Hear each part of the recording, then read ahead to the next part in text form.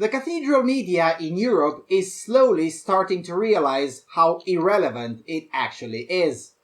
The bad news for them is that instead of taking steps to remedy that, they commissioned yet another media parasite, the European Broadcasting Union in this case, to make a study that proves how great they are. Let's explore.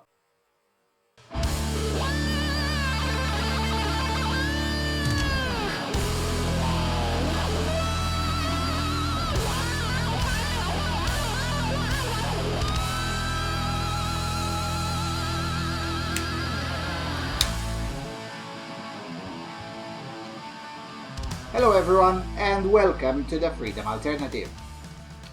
The public's trust in the media is collapsing all over Europe, from the far east in Armenia to the far west in Portugal and everything in between. The public is less and less willing to buy the concocted nonsense that is being sold to them on TV and the radio, especially the flavor sold to the public by the state-owned media. Yet for some reason, the European Broadcasting Union still seems to think that the same old fear-mongering nonsense of the alleged danger of right-wing extremism actually works. Now don't get me wrong, I do understand the need for an enemy at the gates to keep the plebs somewhat compliant. The problem is that there is no enemy at the gates at this point. Or, better said, the enemy at the gates is of less relevance these days when compared to the enemy within. But let's read this fascinating piece of propaganda first. So, The Guardian titles, "Countries with strong public service media have less right-wing extremism." The European Broadcasting Union reports finds countries that have popular public broadcasters also have better voter turnout and press freedom. I mean, this article should be the punchline of a joke that starts with, I don't know, let's say Goebbels, Orwell, and Huxley were sitting at a bar in hell. Seriously, it's amazing. Anyway, let's read. Quote, "Countries that have popular, well-funded public service broadcasters encounter less right-wing extremism and corruption and have more press freedom," a report from the European Broadcasting Union has found. For the first time, an analysis has been done of the contribution of public service media, such as the BBC, to democracy and society. Following Brexit and the rise in right-wing extremism across Europe, the report shows the impact strong publicly funded television and radio has had on voter turnout, control of corruption, and press freedom. The EBU, which founded Eurovision, carried out the study across 25 countries after noticing that the more well-funded a country's public service outlets were, the less likely the nation was to endure extremism. Well, I suppose Italy was not part of this study because Italy is a country with a strong public sector media. The strongest, actually. I mean, Rai is the only case in Europe of state-owned media that has a strong, dominant position in the media market. Yet despite that, the voter turnout in Italy is abysmal, and the most popular political party is one founded by a joker, and I mean that literally. Founded as a far-left party, the Five Star Movement produced all sorts of jokers as politicians, including one who wants to forcibly transform Turin into a vegetarian city. I mean, mental disorder, I'm telling you. So, if having a strong state-owned media is good for voter turnout and keeping alleged right-wing extremism at bay, then how come in the poster child country of the ideal situation of this report, this is simply not happening? But wait, it gets worse. Quote, "The report says that in countries where public service media funding is higher, there tends to be more press freedom, and where they have a higher market share, there also tends to be a higher voter turnout. It also says that there is a strong correlation between how much of a country's market its public service broadcaster has and the demand for right-wing extremism and control of corruption. These correlations are especially interesting given the current public debates about low participation in elections, corruption, and the rise of far-right politics across Europe," said EBU Head of Media Intelligence Service Roberto Suarez Candel, who conducted the research. A strong and well-funded public service media is not only about providing people with news, documentaries, and entertainment, it's also about contributing to democracy. While we can't say that strong public TV and radio directly leads to greater democracy and less corruption, we have been able to show for the first time how these factors are connected. The only problem is that you have not been able to show that, Mr. Suarez-Candel. Not even by a long shot.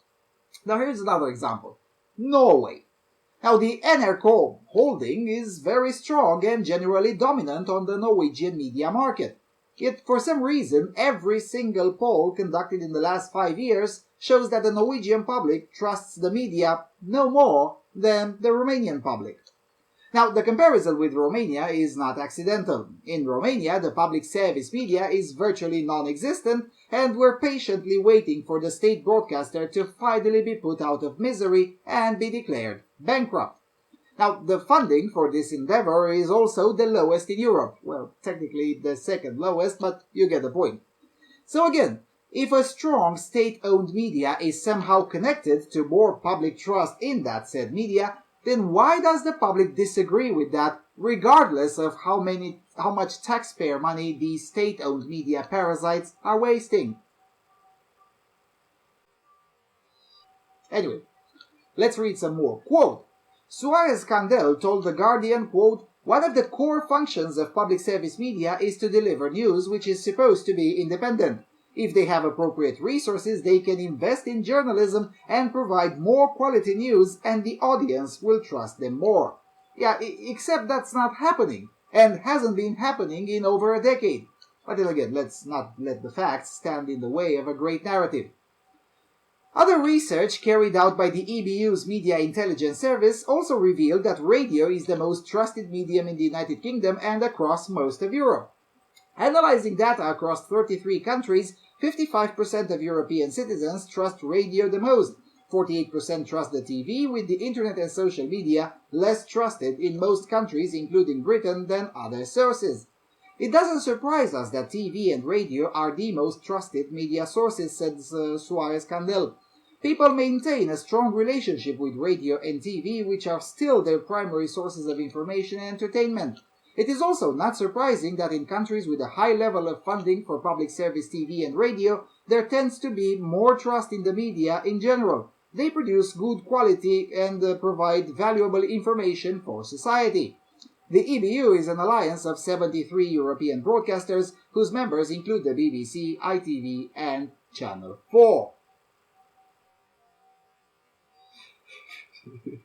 These people will not get it. These people are like the Soviet loyalists of December 1991. Immune to evidence, impenetrable to reason, and completely unwilling to even entertain the idea that maybe, just maybe, the jig may indeed be up. The statement that, quote, countries with a high level of funding for public service TV and radio tend to have more trust in the media in general, end quote, is simply false when it comes to Europe, and has been consistently false for at least a decade.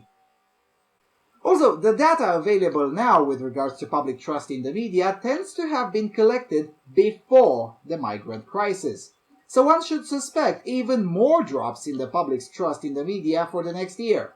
I mean, after the scandals of obvious media cover-up of the events in Köln, perpetrated by the state-owned media, mind you, and the media cover-up of certain Taharush Jinsi events in Sweden, also condoned by the state-influenced media, expecting any gains in the cathedral media's legitimacy with the general public is simply a pipe dream.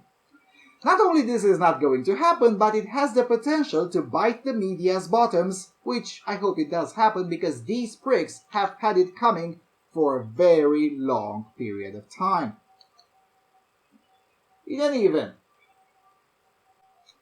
the EBU's willingness to come out just now to double down on its own bollocks does show that there is quite a lot of fear on the hallways of the cathedral media. The media execs in the state-owned organizations are quite literally the modern age equivalent of a ministry of propaganda. And these propaganda ministers are starting to notice the writing on the wall, and of course they don't like it. The bad news for them though is that the war is already over on that front. They lost before they even noticed they were in a war to begin with.